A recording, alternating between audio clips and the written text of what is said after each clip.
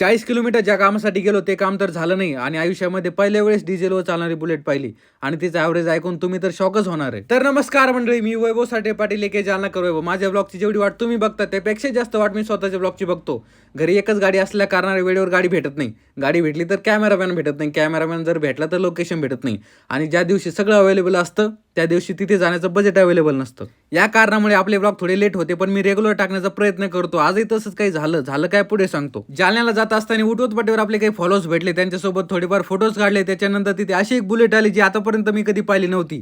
ती पेट्रोलवर नाही तर डिझेलवर चालते. 100 किक मारून पण बुलेट माझ्याकडून चालू झाली नाही आणि त्यांच्या एका किकमध्ये बुलेट चालू झाली. बुलेट खूप जुनी होती, त्याच्यामुळे जास्त वेळ तर मी चालू शकलो नाही आणि बुलेटचे ॲव्हरेज ऐकून मी तर शॉक झालो आणि तुम्ही पण शॉकच होणार आहे. तर ऐका मग.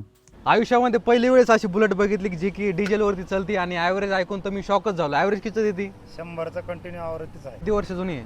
ही म्हणजे आमच्याकडे 30 वर्षाची आम्ही घेतलेली तेव्हा तिला 30 वर्ष. 30 वर्ष झाली. त्याच्या अगोदर? त्याच्या आधी समजा 2-4 वर्षांना 5 वर्षांना तिचा ते नाही सांगू शकत. 30-35 वर्षाची. त्याच्यानंतर बुलेट सोडून आपली शाईन घेऊन निघालो मी जालन्याला जाण्यासाठी. जालन्याला ज्या कामासाठी गेलो ते काम तर झालं नाही, पण तुमच्याकडे गाडी कोणती कमेंट करायला विसरू नका आणि त्याच्यासोबत फॉलो पण करा.